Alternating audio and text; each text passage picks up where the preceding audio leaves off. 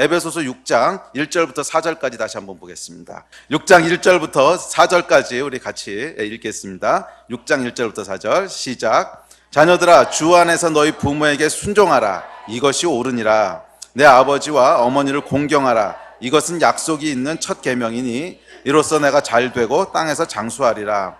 또 아비들아, 너희 자녀를 노엽게 하지 말고 오직 주의 교훈과 훈계로 양육하라. 가정의 달이죠. 우리 지난주에 가정에 대해서 살펴보면서 부모의 역할에 대해서 나눴습니다. 이 가정이라고 하는 것은 이 하나님의 형상이 그대로 반영된 곳이라 그랬죠. 그래서 성부, 성자, 성령 하나님. 그래서 가정 가운데 주신 아버지를 통해서는 권위가 무엇인지를 보고 배울 수 있는, 그래서 이 성부 하나님의 어떠하심이 반영되어 있고, 어머니의 역할을 통해서는 뒤에서 도우시고 사랑하고 희생하시는 성령 하나님의 역할이 반영되어 있고, 자녀들에게는 겸손하게 순종하고 따라가는 그 성부 예수 하나님에 대한 속성이 반영되어 있는, 그래서 가정에서의 삶을 우리가 정상적으로 원래 하나님이 창조하신 대로 잘 살아내면요, 그 안에서 하나님이 어떤 분이신지를 맛보아 체득하여 알 수 있는 그런 장소로 만드셨다는 거예요. 그래서 이론으로 그냥 배워서 하는 것이 아니고 삶을 통해서 권위라고 하는 게 이런 거구나, 권위 아래 있는 것은 이렇게 좋은 것이고 이런 이득이 있구나, 또 순종이란 건 이런 거구나, 사랑과 희생이라고 하는 건 이런 거구나 하는 것을 직접 체험하면서 살도록 그렇게 만들어 놓으신 것이 가정이에요. 그래서 이 가정은 어떻게 보면 하나님이 만들어 놓으신 가장 중요한 교육의 장입니다. 그렇기 때문에 사단은 태초부터 지금까지 이 가정을 파괴하려고 수많은 시도들을 해왔고 또 지금까지 그렇게 일하고 있습니다. 그래서 가정이 파괴되고 나면 우리가 가장 크게 놓치게 되는 것이 뭐냐면 하나님이 무엇인지를 배울 수 있는 기회들을 놓치게 되는 거예요. 그래서 나중에 이 파괴된 가정에서 자란 사람들은 나중에 하나님을 믿고 나서도 정상적으로 하나님을 섬기는 것에 많은 어려움을 겪게 됩니다. 예를 들면 아버지를 통해서 권위에 대한 상처를 받았어. 그러면 어떻게 돼요? 나중에 하나님 아버지라고 하는 말을 이해할 때 이 권위에 대한 상처 때문에 도무지 아버지라고 하는 말이 와닿지 않는 거야. 이렇게 하나님을 섬기는데 어려움을 겪게 되죠. 또 자녀들이 정상적으로 순종하는 걸 연습하면서 배우지 않은 사람들은 나중에 하나님을 믿고 나서 순종이라고 하는 걸 할 때 너무너무 어려운 거죠. 그런데 가정 가운데 권위에게 순종하고 부모를 공경하는 삶들을 계속 살아오고 연습하면서 커온 아이들은, 비록 믿지 않는 가정이라도 그것을 잘 연습하고 커온 아이들은 나중에 믿게 되었을 때 권위를 순종하고 공경하는 것들을 아주 쉽게 적응할 수 있게 된다는 거예요. 자, 그래서 하여간 이 가정들이 회복되기를 주의 이름으로 다시 한번 축복합니다. 그리고 동시에 하나님께서 교회는 확대된 가정으로 주셨어요. 그러면 이 가정이 파괴됐기 때문에 이것을 나는 못 누렸는데 어떠란 말이냐. 그래서 하나님께서 이 가정에 파괴된 것을 회복하고 그 역할들을 돕고 때로는 대신하기 위해서, 그렇죠, 뭐 고아로 자란다든지 이런 사람들은 가정이 없잖아요. 자기 의지와 상관없이. 이것들을 때로는 대신하게 하기 위해서 확대된 가정으로 교회를 주셨어요. 그래서 교회는 하나님이 창조하신 가정과 거의 동일한 기능들을, 이제 물론 그거 플러스 다른 기능들이 있지만 거의 동일한 기능들을 하게 하셨어요. 그래서 교회에 대해서 영적인 아비들, 어미들을 어떻게 섬겨야 되는지, 또 영적인 자녀로서 어떻게 해야 되는지 하는 역할들을 우리가 함께 경험하고 체험하고 했을 때 가정에서 우리가 미처 누리지 못했던, 우리 의지와 상관없이 놓치게 됐던 그런 복들을 교회를 통해서 하나님께 누리도록 하셨어요. 그래서 교회가 확대된 가정으로 이 역할들을 함께 경험하게 되기를 주의 이름으로 축복합니다. 자, 우리가 지난주에는 이제 이 부모에 대해서 배웠고요. 오늘은 자녀에 대한 이야기를 이제 함께 나누려고 합니다. 성경에서는 자녀들에 대해서 무엇이라고 얘기하는지. 근데 먼저 기억해야 될 것은 이 부모님에 대한, 이제 오늘 본문을 보시면 부모님에 대한 건 6장 4절 1절인데요. 자녀에 대한 건 3절이나 나왔다는 거야. 이 이야기는 뭐예요? 자녀들의 역할이 3배는 중요하다는 거야. 알겠니? 너희들의 역할이 가정이 온전해지기 위해서는 3배나 중요하다는 거예요. 부모님은 한 줄 딱 나왔어. 근데 자녀에 대한 건 3줄이 나왔단 말이야. 그래서 자녀들이 어떻게 하느냐는 것이 굉장히 중요하다는 거예요. 이게 사실 보면은 사람들이 말이에요, 가정이 회복돼야 된다 그러면 항상 부모님이 회복되는 걸 먼저 생각해요. 뭐 남편은 남편으로, 아내는 아내로, 엄마는 엄마로, 아빠는 아빠로, 이게 회복돼야 된다고 생각해서 이거 회복하기 위해서 무슨 부모 학교니 아버지 학교, 이모 학교, 고모 학교 막 하잖아요.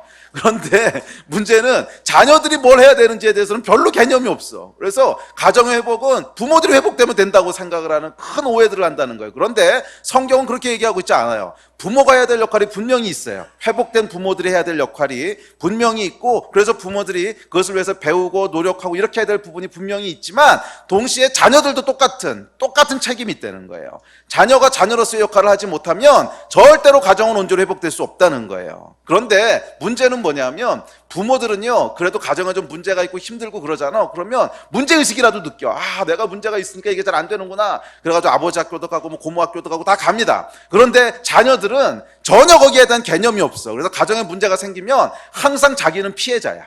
항상 나는 아버지 때문에 피해받고 어머니 때문에 피해받고 뭐 때문에 문제가 있고 뭐 때문에 항상 자기는 피해자라서, 부모들은요, 아버지 학교 가고 부모 가는데 아버지 학교 가고 부모 학교를 간다면 자녀들은 내적 치유 가고 이래 맨날. 이게 문제인 거죠. 자녀들도 배우고 노력을 해야지 회복되는 거지. 맨날 자기는 피해자라서 내적 치유가 가고 아버지한테 상처받았어요, 어머니한테 상처받았어요, 맨날 이렇게 핑계대고 원망만 하고 있다는 거예요. 이렇게 해서는 여러분 절대로 가정이 회복될 수 없다는 거예요. 자녀는 자녀로서의 역할을 배우고 노력하고 헌신해야 되는 거예요. 아멘. 예. 어른들부터 시작해서 전부 다 어른들의 부모님도 계시잖아. 우리는 부모인 동시에 또 자녀잖아요. 또 어린 자녀들은 아직 부모가 아니지만 너희는 순수한 자녀잖아. 그러면 자녀들은요, 가정이 회복되고 가정이 하나님의 말씀대로 충만하게 되기 위해서는 부모님들이 배우고 노력하는 것만큼이나 우리 자녀들도 배우고 노력해야 된다는 거야. 좋은 자녀가 되기 위해서. 아멘. 그러니까 너희들도 이제 애들이 흩어져 앉아 있어가지고 이게 눈 맞추기가 어려운데 어디 숨어 있냐 너희들. 너희들도 뭘 해야 돼? 좋은 자녀가 되기 위해서 배우고 노력해야 돼. 아멘. 이렇게 하지 않으면 가정이 힘들어지는 거예요. 그래서 가정이 어려워지고 힘들어지는 것은 순전히 부모 책임만이 아니라 자녀들도 똑같은 책임이 있다는 거예요. 3분의 1의 책임이 자녀들에게 있다는 거예요. 그래서 자녀들이 온전히 성경에서 얘기한 대로 그렇게 배우고 노력하고 애쓰고, 그래서 가정을 지키려고 애쓰지 않으면 아무리 부모님들이 잘해도, 아무리 아버지가 아버지라서 온전해지고 아무리 어머니가 어머니라서 온전해져도 가정이 온전해지지 못하는 거예요. 자녀들은 잘 기억해요. 여러분들에게도 책임이 있어. 맨날 아버지한테 상처받고 어머니한테 상처받고 난 내적 치유해야 되고 이렇게 하면 안 되는 거야. 내적 치유가 필요할 때도 있지만 거기에 동일하게 책임이 있다는 거예요. 내가 잘못했기 때문에 가정이 온전해지지 못하는 책임이 너희에게도 있다는 거야. 아멘. 애들은 뭔 얘기인가 하고 있네. 주여. 자, 어쨌든지 간에 애들도 함께 배우고 자녀들도 함께 노력해야 돼요. 그래야 좋은 가정이 될 수 있어요. 자, 그렇다면 성경에서는 자녀들에 대해 무엇이라고 가르칠까요? 성경은 오늘 본문에 보시면 크게 두 가지를 얘기하는데, 첫째 순종하라고 가르치고요, 둘째 공경하라고 가르칩니다. 자녀들아, 주 안에서 너희 부모에게 순종하라. 이것이 옳으니라. 내 아버지와 어머니를 공경하라. 자, 부모에게 순종하고 아버지 어머니께 공경하라는 거예요. 이것이 자녀들이 부모에게 해야 될 마땅한 일이라는 거예요. 자녀들은 부모에게 순종하고 부모를 공경하는 것을 통해서 가정에서 이 순종이 뭔지, 공경하는 게 뭔지를 계속 배우고 연습해야 된다는 거예요. 계속 배우고 연습해야 된다는 거예요. 이것이 중요한 이유는 이 태도가 사실은 부모뿐 아니라 하나님을 대하는 우리의 태도가 되기 때문에 그래요. 그래서 어려서부터 가정 안에서 순종하는 것, 또 부모를 공경하는 것을 계속 연습하고 훈련하고, 안 되더라도 그렇게 노력하고 이렇게 잘하면 결국 이것이 우리에게 어떤 태도가 형성되는데, 어떤 태도가 형성돼요? 윗사람들을 공경하고 순종하는 태도가 형성이 돼요. 그럼 이것이 결국 어디까지 이어진다는 거예요? 하나님을 대하는 우리 태도로 이어진다는 거예요. 그래서 가정에서 부모에게 순종하고 공경하는 것을 계속 살고 반복하고 했던 사람들은, 그래서 이것을 계속 연습한 아이들은 나중에 하나님께도 그런 태도를 가지게 돼요. 여러분 생각해 보세요. 부모에게 순종하지 않는 자녀가 과연 하나님에게 순종할까? 부모에게 막 반역하고 그런 아이가 이 하나님에게는 너무 순종적이고 너무 하나님을 공경하고 이런 아이가 될 것 같으세요? 안 그렇지. 이것은 여러분 어떤 순종이냐 아니면 반항이냐, 순종이냐 반역이냐, 아니면 어떤 공경하는 태도가 있느냐, 아니면 굉장히 무례하냐, 이것은요 여러분 사실은 상대방이 어떤 사람이냐가 문제가 아니고 내 안에 내면적인 거예요. 이게 내가 순종적인 사람이냐 내가 반역적인 사람이냐 이거야. 그래서 순종적인 사람은 누구에게도 순종적으로 반응을 해요. 반역적인 사람은 누구에게도 반역을 해요. 누구에게도 반역을 해요. 이해가 됐어요?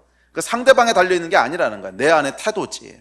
그래서 이 부모님으로부터 계속 순종하고 존경하는 것들을 연습하고 가정에서 배운 아이들은 그런 태도가 우리 안에 형성되기 때문에 나중에 사회에 나가서도요, 다른 사람들에게도 온유하고 순종적인 사람이고, 더 중요한 것은 하나님에게도 그렇게 산다는 거예요. 그런데 이것이 배워지지 않고, 이것이 가정 안에서 습득되지 않고 이 부모에게 거역하고 반항하는 삶의 태도를 가지게 된 사람은 결국 나중에 하나님을 섬길 때도 동일하게 거역하고 반역하는 태도를 가지게 된다는 거예요. 이게 결국 자기 손해지. 그러므로 기억하십시오. 자녀들은 부모님을 대하는 것을 통해서 하나님을 대하는 것을 배우고 연습하는 거예요. 자, 우리 아이들, 부모님을 대하는 걸 통해서 뭘 연습한다고? 하나님을 어떻게 섬겨야 되는지를 연습하는 거야. 그래서 너희 부모님을 섬길 때 하나님 대하듯이 해야 돼. 아멘? 얘네들이 이해를 하려나? 너무 어렵다. 조금 나이 든 애한테 눈을 맞추자. 부모님을 섬기고 순종할 때 하나님께 하듯 해야 된단 말이야. 새벽에 알겠어? 어? 새벽이가 눈이 딱 맞았어. 예. 어머니 아버지를 어떻게 섬겨야 돼? 하나님 대하듯이 해야 되는 거야. 알겠지? 승리는 잘하고 있어? 그래요. 예. 자, 이게 연습하는 거야. 자, 그렇다면 부모님은 어떻게 해야 될까요? 성경엔 두 가지라 그랬죠. 순종하고, 둘째는 공경하라는 거예요. 자, 첫째, 순종해야 됩니다. 근데 이 순종에 대해서는 제가 지난번에도 한번 강의를 했었는데, 성경적인 순종은 세 가지 요소가 반드시 있어야 돼요. 그것은 기쁘게, 즉시, 온전히 순종해야 돼. 이게 성경적인 순종이야. 자, 세 가지가 뭐라고? 기쁘게, 즉시, 온전히. 이거 중에 하나라도 없으면 성경적인 순종이 아니에요. 예를 들어서 엄마가 뭐를 해라 그랬어. 그러면은요, 항상 웃는 얼굴로 기쁘게 예 그러고 해야 이게 순종이지. 얼굴에는 온통 불만에 막 입술이 이만큼 나와가지고 이딴 걸 왜 시키고 그래 막 이러면서도 궁시렁궁시렁 거리면서 에이씨 아이씨 막 이러면서 한다. 이게 순종이에요, 아니에요? 자, 고승리 대답해봐. 이게 순종이 아니야. 순종이 아니란 말이에요, 이렇게 하는 거는. 여기 눈에 딱 띄네. 자, 다음에 쌤이 이렇게 하면 이게 순종이 아니야. 그 순종을 어떻게 해야 되는 거야? 기쁘게 해야 되는 거야. 자, 아버지 어머니가 이렇게 해라 그러면은 활짝 웃으면서, 자, 우리 아이들 얼굴 한번 웃어봐. 활짝. 네 그러면서 웃어. 이것들이 순종을 안 하네. 자, 네 그러고 웃어봐. 그렇지. 웃으면서 순종해야 되는 거야. 기쁘게. 아멘. 얼굴 막 찡그리고 엄마가 이딴 거 시켜서 막 이러면 이거 순종이 아니야. 이거 순종이 아니라고. 이거는 성경적인 순종은 기쁘게 하는 거예요. 기쁘게. 아멘. 저기 내정이도 보인다. 야, 내정아, 웃으면서 네 해봐. 웃고 있다. 네만 하면 되겠다. 네. 그렇지. 그렇게 하는 거예요. 기쁘게 하는 거야. 자, 둘째, 순종을 어떻게 해야 돼요? 즉시 해야 돼요. 즉시. 질질 끌다가 기억나면 하고 이러면 안 된다는 거야. 그래서 아빠가 지난번에 하던 그거 했니? 그러면 조금 있다가요. 아니, 막 하려고 했어요. 이러면 이미 순종이 아니야. 이거는 하라 그랬으면 어떻게 해야 되는 거예요? 즉시 해야 되는 거예요. 즉시. 순종은 즉시 하는 겁니다. 우리 아이들, 자녀들 순종 어떻게 해야 돼? 즉시 해야 돼요. 즉시. 부모님이 하라 그랬으면 질질 끌다가 생각나면 하고, 물어보면 했니? 그러나 조금 있다가요. 했니? 조금 있다가요. 했니? 조금 있다가요. 이러면 이건 순종이 아니라는 거야. 즉시 해야 돼요. 즉시. 자, 셋째, 순종을 어떻게 해야 돼요? 온전하게 해야 돼요. 반만 하고 반은 내 생각대로 하고. 이러면 순종이 아니에요. 이건 순종이 아니란 말이야. 이거 우리가 하나님께 순종하는 원리예요. 사실은 하나님의 말씀에 순종할 때 어떻게 해야 되는 거예요? 기쁘게 순종해야 되고, 즉시 순종해야 되고, 온전히 순종해야 돼요. 반만 순종하고 반은 내 생각대로 하고, 이건 순종이 아니라는 거야. 부모님께 순종할 때도 똑같이 순종하는 거예요. 기쁘게, 즉시, 온전히. 이렇게 해야 됩니다. 아멘. 자, 그럼 아마 이렇게 물어보는 사람이 있을 거예요. 그런데 목사님, 부모님이 교회 가지 말라고 하면 어떻게 해요? 이 삐딱한 놈들 항상 이런 질문을 해. 그래서 1절에 보면 순종의 네 번째 원리가 나와 있어요. 주 안에서 부모를 순종하라 그랬어요. 주 안에서. 그래서 이 부모님께 순종하는 것은 명확한 원칙을 성경이 제시하고 있어요. 주 안에서만 하라는 거예요. 그 말은 뭐냐면 하나님께 거역하는 것까지 부모에게 순종할 수는 없다는 거예요. 그러니까 부모가 하나님 믿지 마, 뭐 그러든지, 교회 가지 마, 뭐 이러든지, 성경이랑 전혀 위배되는 일을 시키든지, 이런 건 순종해야 돼, 하지 말아야 돼요. 이건 성경에서 하지 말라 그랬단 말이야. 주 안에서 순종하라 그랬어요. 이해가 돼요? 그래서 부모님이 아무리 뭐라고 말씀하셔도 부모님보다 더 위에 있는 중요한 분이 계셔요. 누구세요? 하나님이세요. 우리를 창조하신 분. 그래서 하나님의 명령에 어긋난 거라면 그것은 주 안에서 부모님께 순종하는 것이 아니에요. 그것은 순종하지 말아야 순종하는 거예요. 이해가 되지요? 네. 그래서 이걸 얘기하는 것이 아니고 하여간 이 성경에서 벗어난 것이 아닌 일들. 근데 주로 너희가 순종 안 하는 건 숙제하라는 거잖아. 숙제하라는 거. 성경에 언제 숙제하지 말라는 게 나와 있냐고? 없잖아. 그러니까 이런 거는 다 순종하라는 거예요. 아멘. 주 안에서 순종하시기 바랍니다. 자, 둘째, 공경하라고 얘기해요. 공경. 순종하고 공경은 도대체 뭐가 다른 건가? 이게 비슷한 면이 있습니다. 비슷하고 겹치는 면들이 있는데 중요한 차이가 있어요. 순종은 조금 더 어떤 행동에 포커스한 거라면 공경은 조금 더 마음에 포커스한 거예요. 마음에 포커스한 거예요. 예를 들면, 그러니까 어떤 사람이 정말 부모님을 사랑하고 존경하고 공경하는 마음은 다 있어. 그런데 하라고 한 걸 깜빡 잊고 안 했어. 그럼 이건 순종한 거예요, 안 한 거예요? 순종 안 한 거죠. 공경은 했어요, 안 했어요? 공경은 했어요. 그러니까 공경이라고 하는 건 조금 더 우리 마음에 대한 거라면 순종이라고 하는 것은 조금 더 드러나는 행동에 대한 거예요. 이거 해라, 하지 말아라. 그랬을 때 아무리 마음이 있어도 하지 않으면 순종한 게 아닌 거라는 거지. 반대로 이 공경이라고 하는 것은 어떤 드러나는 행동이 실수로 조금 잘못됐어도 우리 마음 가운데 어떤 올바른 태도가 있으면 그건 공경한 거죠. 그래서 공경은 조금 더 본질적인 마음에 대한 얘기예요. 태도 또는 마음에 대한 얘기야. 자, 그렇다면 이 공경한다고 하는 건 구체적으로 무슨 뜻인가? 이 공경이라고 하는 거에 히브리어를 보면요, 히브리어가 카바드라고 하는 단어예요. 카바드라고 하는 단어인데 이 단어의 원뜻은 뭐냐면 무겁다 이런 뜻이에요. 무겁다 또는 존경하다 또는 영광스럽게 하다. 이것이 카바드라고 하는 단어의 뜻이에요. 근데 성경에 보면 내 부모를 공경하라 그랬어요. 신약에는 물론 이것이 헬라어로 번역되어 있는데 이 구약에 보면 히브리어로 나와 있죠. 출애굽기 20장에 보면 10계명 중에 내 부모를 공경하라 그랬을 때 여기는 카바드라고 하는 단어를 썼어요. 이것은 무겁다 또는 존경하다, 영광되게 하다 이런 뜻이에요. 그래서 내 부모를 공경하라 그랬을 때는 이런 의미들을 담고 있는 거예요. 첫째 무슨 의미라고? 무겁게 생각하라는 거예요. 자, 우리말에는 무겁게 생각한다는 단어가 없어요. 표현이 없는데 반대 표현은 있어요. 가볍게 생각한다. 그 무겁게 생각한다는 건 뭐냐면 이 가볍게 생각하는 걸 반대를 생각하시면 돼요. 자, 가볍게 생각한다는 건 무슨 뜻이에요? 별로 중요하게 생각하지 않다 이런 뜻이지요. 그렇다면 무겁게 생각한다는 건 뭐예요? 중요하게 생각하고 비중 있게 생각하다 이런 뜻이에요. 자, 예를 들어 봅시다. 엄마가 놀러 나가는 아이한테 너 들어올 때 슈퍼에 들려서 세븐일레븐 들려가지고서 우유 꼭 사와라 이렇게 얘기했어. 그러면 이것을 공경한다면, 카바드 한다면 어떻게 해야 되는 거예요? 이거를 무겁게 생각하는 거야.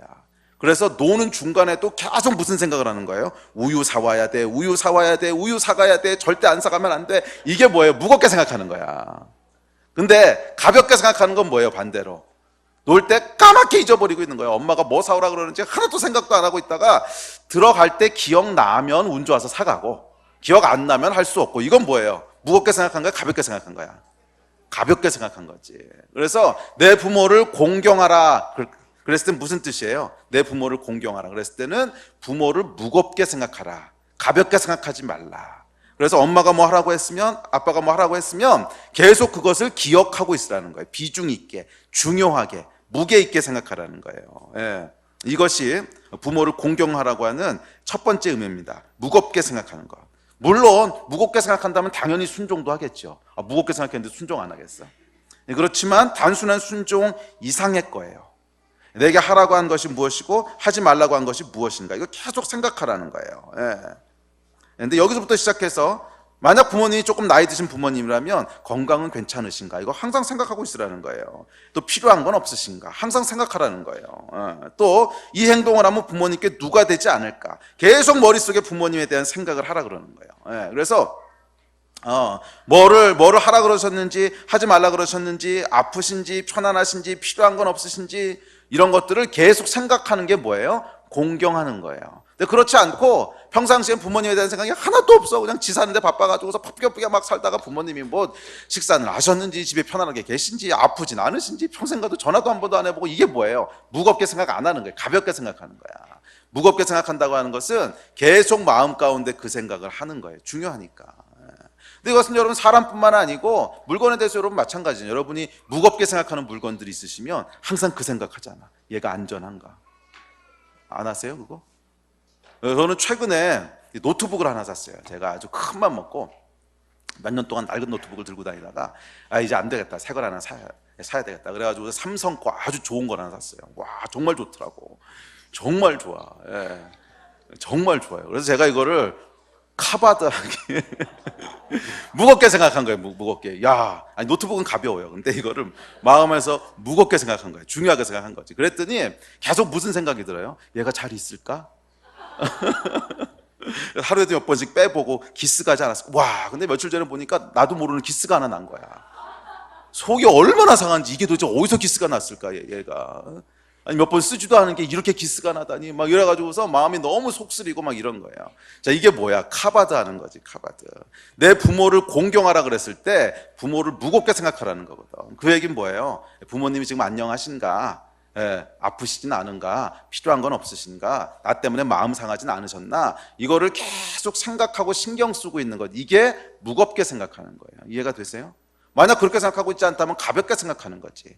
그렇잖아. 우리가 사람에 대해서도 물건에 대해서도 가볍게 생각한다는 건 뭐예요? 신경 안 쓰고 산다는 거지. 사람이나 물건에 대해서 무겁게 생각한다는 건 뭐예요? 항상 신경 쓰고 산다는 거죠. 자, 이것이 여러분 카바드하는 첫 번째입니다. 내 부모를 공경하라 그랬을 때는 계속 부모님을 신경 쓰고 그분에 대한 걸 물어보고 이러고 산다는 거예요. 잘하고 계세요? 다들 고개를 숙이고 있어. 기억하세요 여러분, 카바드, 공경한다는 것은 늘 부모님을 의식하며 살아가는 태도입니다. 근데 이 얘기하면 또 이런 사람들이 있을 거예요. 아유, 그 피곤해서 어떻게 살아요? 피곤해서. 이런 분이 있을지 몰라요. 근데 정말 피곤할까? 여러분 잘 생각해 보세요. 사람은요, 부모님을 카바드, 의식하고 살지 않으면 결국 다른 누군가 또는 무엇인가는 카바드하고 있어. 잘 생각해 봐. 대부분의 경우에 부모를 카바드하지 않는 사람, 별로 신경 쓰지 않는 사람은 자기 친구들을 카바드하고 있어요. 그러니까 부모님이 이렇게 하면 부모님이 나에게 뭐라 그러실까? 부모님한테 누가 되지 않을까? 이거 계속 신경 쓰지 않는 사람은 친구들이 뭐라 그럴까? 이 옷 입고 나가면 친구들이 비웃지 않을까? 이 옷 입고 나가면 친구들이 뭐라 그러지 않을까? 친구들을 항상 카바드하고 있어. 잘 생각해봐. 부모를 카바드하든지 친구도 카바드 안 하는 사람이 있어. 이런 사람은요, 자기 집 개라도 카바드하고 있어. 요즘은 이 반려견 키우는 게 유행이어서 개를 카바드하는 사람이 무지 많더라고. 우리 집 개가 시험 들진 않았을까? 우리 집 개가 나 때문에 상처받아. 조금 있으면 개를 상대로 한 내적 치유도 생길 것 같아.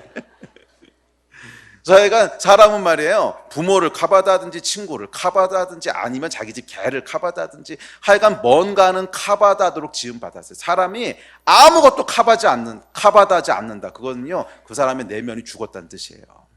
그렇게 할 수가 없어요. 사람은 그렇게 지음받지 않았어요. 그래서 내 부모를 공경하라고 하는 것은 우리가 카바드해야 될 올바른 대상을 정해주는 것이지 하지 않았던 일을 하라 그러는 게 아니야, 사실은. 그러니까 피곤하고 힘든 일이 아니라는 거예요. 올바른 대상을 카바드하라고 가르쳐 주는 거죠. 잘 생각해 보세요, 여러분. 만약에 카바드하는 대상이 아무도 없다. 그럼 그 사람의 인생은요, 정말 무미건조하고 재미없는 거야. 그 전에 제가 한번 예를 들어 설명드렸을 때, 아이들이 운동회 할 때 말이에요. 아이들이 체육대회하고 운동회 할 때 항상 뛰면서 어디를 봐요? 관중석을 보잖아. 엄마 아빠가 날 지켜보고 있나? 이거 보잖아요. 근데 만약에 이제 엄마 아빠가 무슨 바쁜 일이 있어서 못 왔어. 그러면 걔는 다른 친구들 다 신나게 뛰어다니는데 혼자 시무룩해가지고 있어요. 왜? 재미가 없는 거야. 내가 잘해도 봐줄 사람이 없고, 내가 달리기에서 1등을 해도 와 잘했다 안아줄 사람이 없고, 이것처럼 재미없는 인생이 어디 있어요? 우리 인생은 여러분, 누군가가 나를 지켜봐주고 있고 누군가를 내가 신경 써야 된다고 했을 때 의미가 있어지는 거예요. 사람은 이 사회적인 존재, 그러니까 관계를 맺으면서 살아가도록 지음받았기 때문에 아무도 내가 신경 쓰고 있지 않다. 그러면 그 사람의 인생은 죽은 거야. 그런데 우리 인생에 올바로 카바드해야 될 존재가 누구라는 거예요? 부모님이라는 거예요. 이건 너희들 좀 어려울지 모르겠다. 이건 나이 드신 분들 잘 기억하세요. 올바로 카바드해야 될 존재가 부모라는 거예요. 부모님이 나에 대해서 어떻게 생각하실까? 부모님에게 누가 되지 않았을까? 힘들어하지 않으실까? 내가 부모님 앞에서 올바로 행동하려면 어떻게 해야 될까? 이걸 항상 신경 쓰라는 거예요. 이게 올바른 카바드라는 거예요. 그럴 때 누가 복을 받는 거예요? 누가? 내가 복을 받는 거예요. 내가. 운동회 때 나를 지켜보는 엄마 아빠가 왔을 때 얼마나 신나. 인생이 신나게 된다는 거예요. 그런데 이걸 카바드하지 않으면 인생이 굉장히 힘들어지는 거죠. 저희 부모님은 이미 돌아가셨는데요. 그래서 교회를 주셨잖아요. 교회 안에 확대된 가정 가운데 영적인 권위자들, 리더들 거기를 공경하고요. 계속 카바드하라는 거예요. 그럼 우리 인생이 풍성해진다는 거예요. 아멘. 자, 이거를 배우시는 여러분 되시기를 바랍니다. 이게 가정의 축복이에요. 자, 이 카바드하는 것을 배우지 못하는 인생은 결국 인생이 지멋대로 인생이 되고요. 부모님 없는 운동회처럼 재미없는 인생이 됩니다. 그러면 여러분 부모를 공경하시기를 축복합니다. 둘째, 카바드는 존경하는 거예요. 존경한다고 하는 것은 높게 평가하고 감사하는 거예요. 부모님께 감사하고 있습니까? 감사의 제목들을 구체적으로 찾아보십시오. 그게 공경하는 거예요. 매일 우리 엄마는 이게 나빠, 우리 아빠는 이게 문제야, 이런 것만 묵상하고 있지 말고 감사할 것을 찾고 묵상해 보라는 거예요. 높게 평가할 것들을 찾아보고 묵상해 보라는, 이게 공경하는 거예요. 이 아빠가 아무리 그래도 어찌됐든지 아빠 덕에 먹고 사는 거 아니야. 엄마가 아무리 뭐라 그래도 엄마가 너 낳아주시니까 사는 거 아니야. 감사할 제목들을 찾으라는 거예요. 감사할 제목들을 찾으라는 거예요. 감사할 것들을 계속 묵상하라는 거예요. 이 가정에서 우리는 부모님과의 관계를 통해서 이 마음을 계속 연습해야 돼요. 어떤 사람들은 마음을 계속 부정적인 생각으로 연습하고 갖고 오는 사람들이 있어. 그래서 계속 우리 엄마는 이게 나빠, 우리 아빠는 저게 나빠, 뭐가 문제고 이게 문제고. 그러면 여러분 우리 마음이 어떻게 길들여지는 줄 아세요? 계속 나쁜 거, 안 되는 거, 부정적인 거, 이거를 자동적으로 찾고 반응하도록 길들여져요. 그런 사람은 결국 나중에 사회 나가서도 다른 사람들과의 관계에 있어서도 계속 부정적이고 삐딱해. 이게 문제고 저게 안 되고. 그럼 결국 이 사람에게 복일까요? 저주일까요? 저주야, 저주. 그런 사람은 아무도 안 좋아해. 더 나아가 훨씬 더 중요한 것은 하나님에 대해서도 그렇게 해요. 계속 하나님에 대해서 이게 안 해주셔서 뭐가 어쩌고 하나님한테 시험 들고 원망하고 불평하고, 이 마음이 어디서부터 가꾸어진 거예요? 부모님을 상대로 어떻게 우리 마음을 가꾸었냐는 데서 결정되는 거야. 계속 부정적인 것들을 찾는 사람은 결국 그런 인생을 살아요. 반대로 계속 부모님한테 감사하는 마음을 찾은 사람은 어떻게 되겠어요? 계속 그 마음을 갖고 온 사람은, 그 사람은 다른 사람을 대해서도요 감사할 것들을 먼저 찾게 돼요. 다른 사람을 대해서 감사할 것들을 먼저 보게 돼요. 그런 사람은 사회에서도 사랑을 받을까요, 안 받을까요? 당연히 사랑을 받지. 그 인생이 복이 있는 거지. 더 중요한 것은 하나님께 대해서도 어떤 반응을 보여요? 계속 감사한 것들을 먼저 찾게 돼요. 그럼 하나님께서 계속 감사하는 사람에게 복을 주실까, 벌을 주실까? 당연히 복을 주시지요. 자, 이것이 공경하는 마음들을 계속 연습한 사람이 받게 되는 복이에요. 둘째, 감사하는 마음을 묵상했다면 묵상만 하지 말고 표현하세요. 표현. 공경하는 것은 단순히 마음에서 시작되긴 하지만 이것을 표현할 때 배가 돼요. 그래서 감사한다는 카드도 쓰시고요. 이제 그리고 어버이날 되면 찾아가서 식사도 대접하시고 선물도 드리시고 이거 하시라는 거예요. 하셨어요 이번에? 너희들은 했냐? 승리야, 너는 카드 썼냐? 이거 계속 하시라는 거예요. 아멘? 네, 이거 굉장히 중요합니다. 이거 하는 사람이 복이 있어요. 그리고 육신의 부모뿐만이 아니라 교회 안에서 영적인 리더십들에게도 그 태도들을 여러분 계속 표현하세요. 감사하다는 마음 표현하시고, 또 정말 감사하면 이 카톡으로 감사하다고 한 통이라도 쏘시고, 그리고 그냥 이렇게 그냥 문자만 쏘기 뭐하면은 카톡 기프트 있잖아, 아메리카노 한 잔 뭐 이런 거 이제 함께 쏘시고 이렇게 마음을 표현하라는 거예요. 표현. 아멘. 그거 뭐 아메리카노 한 잔 쏘는데 뭐 대단한 돈 드는 거 아니잖아. 그렇지만 이것을 표현할 때 어떻게 돼요? 공경하는 것들이 배가가 돼요. 이게 공경하는 거예요. 자, 마지막 세 번째, 영광되게 하는 거예요. 영광되게 하는 건 뭐냐면 부모 욕먹이지 말게 하라는 거예요.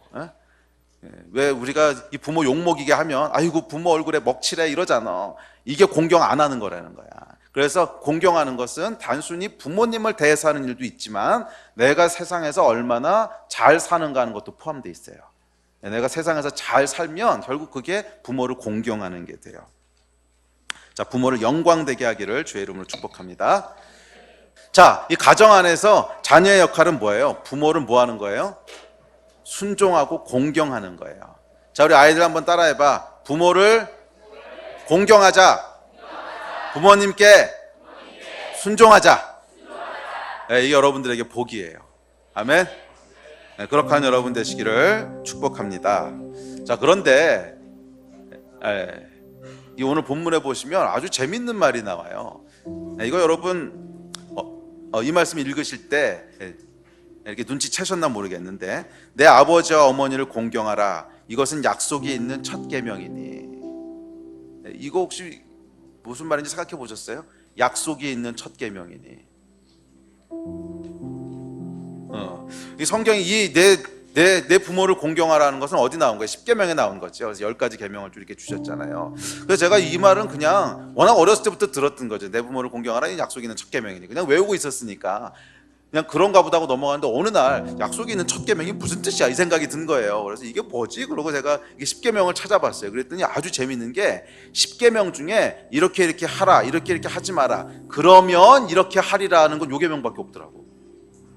다른 계명은 그냥 내 하나님을 섬겨라, 뭐 안식일을 거룩하게 지켜라, 다 그냥 뭐 해라 그러고 끝나요. 그리고 그 뒤에 뭐 잠깐 말이 나오긴 하는데, 그것은 어떤 약속 이야기보다는 하나님은 이런 분이시다, 질투하는 하나님이시기 때문에 너희가 이렇게 해야 된다, 어떤 설명적인 거고, 이 계명을 지켜라, 그러면 너희에게 이런 복이 있을 거다라고 한 거는요, 요거밖에 없더라고. 제가 깜짝 놀랐어요. 10계명 10개가 있는데 그 중에 이거를 지켜라, 그러면 너희에게 이런 복이 있을 거야 라고 약속해 준 계명은 이거 하나밖에 없더라고. 여러분, 부모를 공경하라고 하는 것은요, 약속이 있는 첫 계명이에요. 약속이 있는 유일한 계명이라는 거야. 네, 너 어떤 약속을 해주셨어요? 이로써 내가 잘 되고 땅에서 장수하리라 그랬어요. 땅에서 복을 받는 길이라는 거예요, 이게. 신명기에 보면 이렇게 얘기합니다. 너는 내 하나님 여호와께서 명령한 대로 내 부모를 공경하라. 그리하면 내 하나님 여호와가 내게 준 땅에서 내 생명이 길고 복을 누리리라. 물론 여기서 생명이 길다고 하는 것은 꼭 육신적으로 장수한다는 것만 의미하는 것은 아닙니다. 이것은 이스라엘 백성에게 주신 말씀이었기 때문에 약속의 땅 가나안에서 너희가 오래오래 머물리라, 이런 뜻이 포함되어 있거든요. 그래서 뭐 육신이 꼭 장수하지 않을 수는 있어요. 그런데 한 가지는 분명해요. 부모를 공경하면 이 땅에서 네가 복을 받을 거라는 거야. 이 얘기 여러분 믿으십니까, 이 말씀? 성경의 약속이야. 다른 계명은 지켜서 이렇게 된다는 약속은 없어요. 그게 하늘에서 잘 되는 거지. 하나님 공경하고 안식일 지키고 그러면 하늘에서 복 받는 거예요. 그런데 이 땅에서 네가 복 받는 길이 있는데, 그것은 내 부모를 공경하라는 거예요. 그러고 나서 곰곰이 생각해 보니까요, 이 효자들 있잖아. 그러니까 부모를 정말 공경했던 사람 치고 말년이 꼬인 사람을 못 봤어. 잘 생각해 보세요, 여러분. 이 부모를 정말 잘 섬기고 부모에게 효도했던 사람 치고요, 말년에 고생하는 사람을 거의 못 봤어요. 왜 그럴까? 자기 자녀들이 보고 배우는 거야. 아, 부모님을 저렇게 공경하는 거구나. 당연한 걸 배우는 거예요, 그냥. 그래서 그 자녀들도요, 내가 늙었을 때 내가 부모님을 공경했듯이 똑같이 공경하게 돼요. 그래서 보면은 자기 부모를 공경했던 사람 치고 노년의 인생이 꼬이고 막 자녀들한테 버림받고 이런 사람 못 봤어요. 거의 대부분의 경우는 이 자기가 부모에게 했던 대로 자기 자식에게도 그대로 당해요. 왜? 자식들이 어디서 배우겠어? 거기서 배우는 거지. 그렇잖아요. 거기서 배우지 어디서 배우겠냐고. 그래서 하나님께서 우리에게 주신 말씀이 뭐냐면, 약속이 뭐냐면, 네가 이 땅에서 복 받기를 원하냐? 이 땅에서 충만하게 살기를 원하냐? 땅에서 행복한 가정을 이루기 원하냐? 그렇다면 내 부모를 공경해라. 그러면 자녀들도 너에게 순종할 거고 자녀들도 너희를 공경할 거고, 그랬을 때 가정이 회복되지 않겠어요? 자, 이것이 비결이에요. 비결이에요. 더욱 중요한 것은 부모를 공경하는 것을 통해서 우리는 하나님 앞에 마땅히 가져야 될 태도를 익히고 배우게 돼요. 이게 복된 인생이지. 항상 하나님을 의식하고 살고, 항상 하나님을 무겁게 생각하고, 그래서 그분께 순종하고 영광되는 삶을 살고, 이러면 당연히 복 받겠죠. 그러므로 자녀된 여러분, 부모를 공경하세요. 아멘. 부모를 공경하세요. 그러면 그것이 여러분에게 놀라운 축복이 돼서 그대로 다 복을 누리게 될 거예요. 이것이 하나님이 약속하신 거예요. 이 복을 누리신 여러분 되시기를 주의 이름으로 축복합니다. 아멘. 같이 좀 기도합시다.